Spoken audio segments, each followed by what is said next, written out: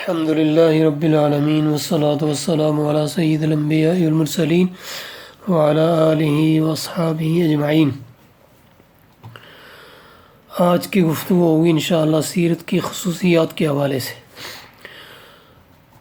حالات زندگی اور سیرت تو بہت سارے لوگوں کی لکھی جا رہی ہے اور لکھی جائے گی، لیکن جو چیزیں رسول اللہ صلی اللہ علیہ وآلہ وسلم کی سیرت کو اور آپ کے حالات زندگی کو دوسری سیرتوں سے امتیاز بخشتی ہیں، وہ بڑی اہم ہیں۔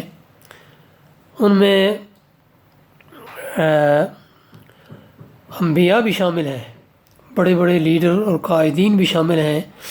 تو جس کی بھی سیرت کو آپ لیں گے، رسول اللہ صلی اللہ علیہ وآلہ وسلم کی سیرت میں کچھ خصوصیات ایسی ہیں جو کہیں بھی آپ کو نہیں ملیں گی۔ سب سے پہلی خصوصیت یہ ہے کہ رسول اللہ صلی اللہ علیہ وسلم کی سیرت محفوظ ہے، اور نبی اکرم صلی اللہ علیہ وآلہ وسلم انبیاء میں ہی نہیں پوری انسانیت میں وہ واحد شخصیت ہیں کہ جن کی حالات زندگی مکمل تفصیلات کے ساتھ اور پوری علمی تحقیق کے بہترین معیار کے مطابق آج تک محفوظ ہیں اور تا قیامت محفوظ اور دستیاب رہیں گے۔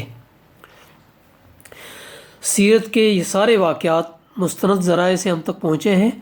یہ آپ کی منفرد خصوصیت ہے جس میں کوئی نبی یا رسول آپ کا شریک نہیں۔ انبیاء سابقین ہیں، مثلا حضرت موسیٰ ہیں، عیسیٰ ہیں، داؤد ہیں، سلیمان ہیں، لوط ہیں علیہم الصلاۃ والسلام اجمعین۔ ان کی سچی اور حقیقی سیرت معلوم کرنے کا کوئی ذریعہ اس وقت دنیا میں موجود نہیں ہے سوائے ان چیزوں کے جو مختصراً قرآن و حدیث کے اندر بیان ہوئی ہیں۔ حضرت محمد صلی اللہ علیہ وسلم خاتم النبیین، آخری نبی اور رسول ہیں، اس لیے ان کی سیرت بھی چونکہ تا قیامت محفوظ رہنی ہے، اس لیے امت کا نمونہ بننے کے لیے اللہ تعالیٰ نے اس کو محفوظ سیرت کے طور پر ساری تفصیلات کے محفوظ سیرت کے طور پر محفوظ رکھا ہے۔ سیرت نبی صلی اللہ علیہ وسلم کی دوسری خصوصیت یہ ہے کہ یہ حقیقی سیرت ہے، واقعی اور سچی سیرت ہے۔ اس میں کوئی مبالغہ نہیں اور کوئی خیالی کہانی اور کوئی من گھڑت بات اس کے اندر نہیں ہے، اور کوئی قصے اور شعراء کی لنترانیاں نہیں ہیں، بلکہ رسول اللہ صلی اللہ علیہ وآلہ وسلم کی حقیقی واقعی اور سچی سیرت معتبر ذرائع سے ہم تک پہنچی ہے۔ اللہ تعالیٰ نے اس کو ہمارے لیے، امت مسلمہ کے لیے محفوظ رکھا تاکہ ہم اللہ کے حکم کی تعمیل میں اس کو اپنا نقش قدم پر چل سکیں۔ تیسری خصوصیت رسول اللہ صلی اللہ علیہ وسلم کی سیرت کی وہ یہ ہے کہ آپ کی سیرت سب انسانوں کے لیے عام سیرت ہے۔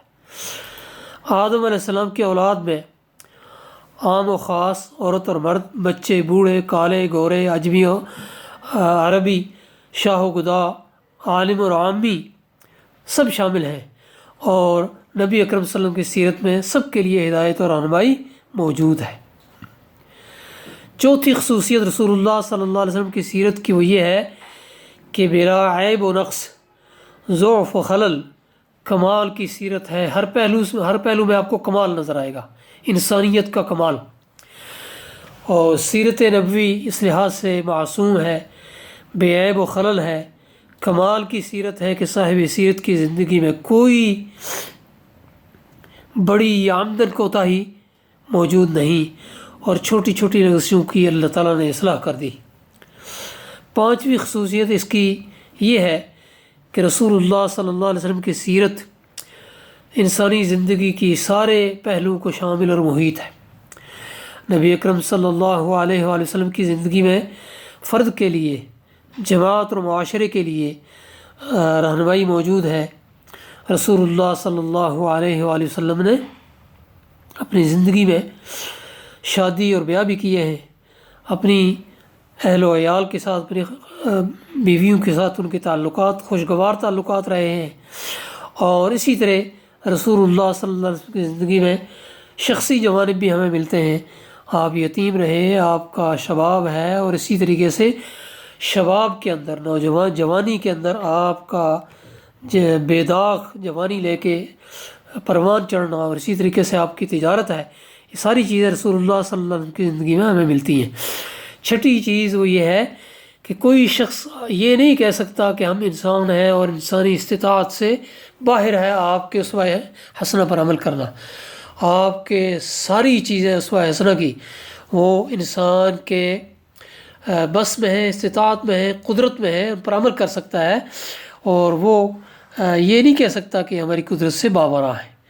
اور آخری خصوصیت یہ ہے کہ یہ ایک ایسی سیرت ہے کہ جس کی نگرانی اور اس کی تعمیر اللہ تعالیٰ نے خود فرمائی۔ ویسے تو ہر نبی کی پرورش خاص طریقے سے ہوتی ہے، لیکن رسول اللہ صلی اللہ علیہ وآلہ وسلم کی سیرت کی خود نگرانی اللہ تعالیٰ نے فرمائی کہ آپ کسی